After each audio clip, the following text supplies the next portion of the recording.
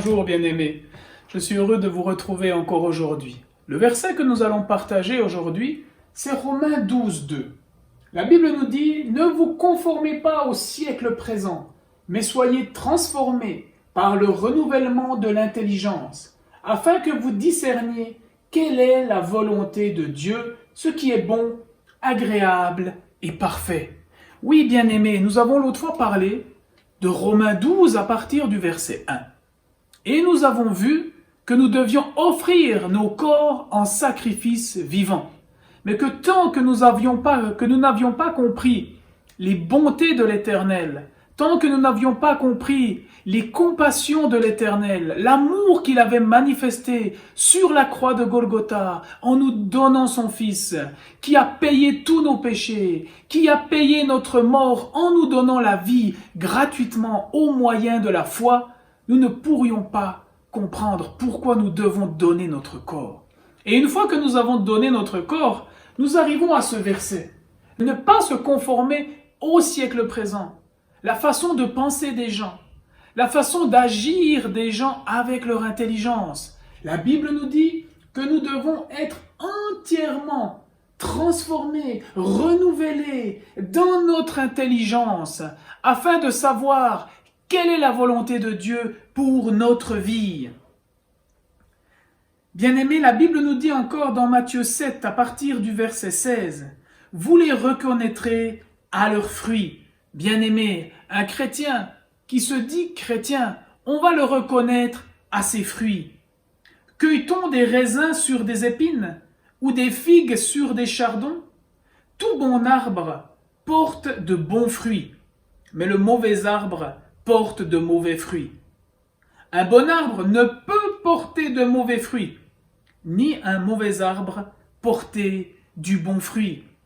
Bien-aimés, quand nous donnons notre vie à Christ, quand nous offrons notre corps en sacrifice à Dieu, nous devons maintenant être renouvelés. Nous devons être transformés par la parole de Dieu, dans notre intelligence et dans nos pensées.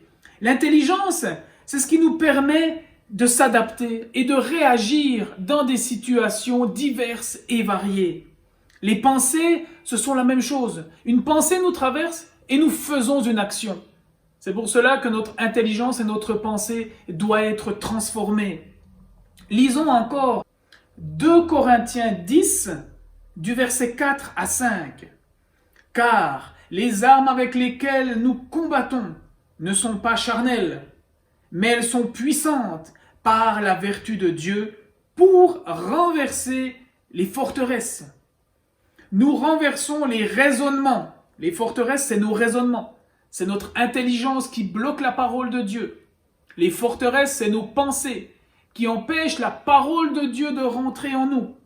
Et toute hauteur qui s'élève contre la connaissance de Dieu. Et nous amenons toute pensée captive à l'obéissance de Christ. Je le relis. Toute pensée captive à l'obéissance de Christ. Nos pensées doivent être prisonnières, afin qu'elles ne fassent pas des dégâts. Car si nous libérons nos pensées, si nous libérons notre intelligence non renouvelée, nous allons commettre des péchés. Nous allons marcher dans notre volonté. Et nous savons que notre volonté nous cause que des dégâts. Les péchés ne font que détruire notre vie. C'est pour cela que nous remettons tout entre les mains de Christ, entre les mains de sa parole, sous l'inspiration de son esprit. Lisons encore ensemble Ésaïe 55, à partir du verset 7 jusqu'au verset 9. « Que le méchant abandonne sa voie, et l'homme d'iniquité ses pensées. » L'homme doit abandonner ses pensées. Qu'il retourne à l'Éternel, qui aura pitié de lui. À notre Dieu, qui ne se lasse pas de pardonner. Car mes pensées ne sont pas vos pensées. Les pensées de Dieu ne sont pas nos pensées. Nous devons vraiment nous humilier, oui, bien-aimés. Nous sommes des hommes sur cette terre. Et nos pensées charnelles, nos pensées de péché, ne sont pas les pensées de Dieu. Nous devons maintenant revêtir, nous laisser transformer et renouveler par les pensées de Dieu. Et vos voix ne sont pas mes voix, dit l'Éternel. Autant les cieux sont élevés au-dessus de la terre, autant mes voix sont élevées au-dessus de vos voix, et mes pensées au-dessus de vos pensées. Les pensées de Dieu sont plus hautes que nous. Elles sont élevées. La Bible nous dit encore de diriger nos pensées vers les choses qui sont élevées et pas vers les choses d'en bas. Bien-aimés, tout ce que nous avons, tout ce que nous désirons sur cette terre, un jour ça disparaîtra. Un jour nous allons mourir et nous n'emportons rien avec nous dans nos tombes. Nous n'emporterons rien avec nous dans notre mort. C'est pour cela que les pensées de Dieu sont plus hautes, sont élevées, et c'est là que nous devons regarder. Je vous invite encore à lire avec moi Philippiens 2, à partir du verset 3 jusqu'au verset 5.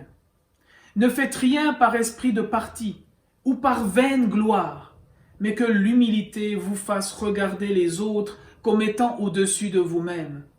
Que chacun de vous, au lieu de considérer ses propres intérêts, considère aussi ceux des autres. Ayez en vous les sentiments qui étaient en Jésus-Christ. Bien-aimés, nous devons revêtir cette intelligence, ces pensées, ce sentiment qui était en Jésus-Christ. Bien-aimés, prenez vraiment ce verset qui dit que tel est Christ, tel que nous sommes. Maintenant sur cette terre, nous sommes Christ. Nous sommes des Christ. Et c'est ce genre de pensée que tu dois revêtir. C'est ce genre de pensée qui doit être dans ton intelligence. Et tu dois marcher maintenant de cette manière. Alors médite la parole de Dieu. Mange la parole de Dieu. Qu'elle prenne vie en toi. Dieu a fait quelque chose de merveilleux. Il inscrit sa parole dans notre cœur, afin que nous vivions sa parole. La vie chrétienne est une vie, ce n'est pas une religion. Alors laisse-toi transformer, afin de faire la volonté de Dieu. Que Dieu vous bénisse abondamment, à vous qui êtes déjà bénis de toute bénédiction en Christ. Et à bientôt.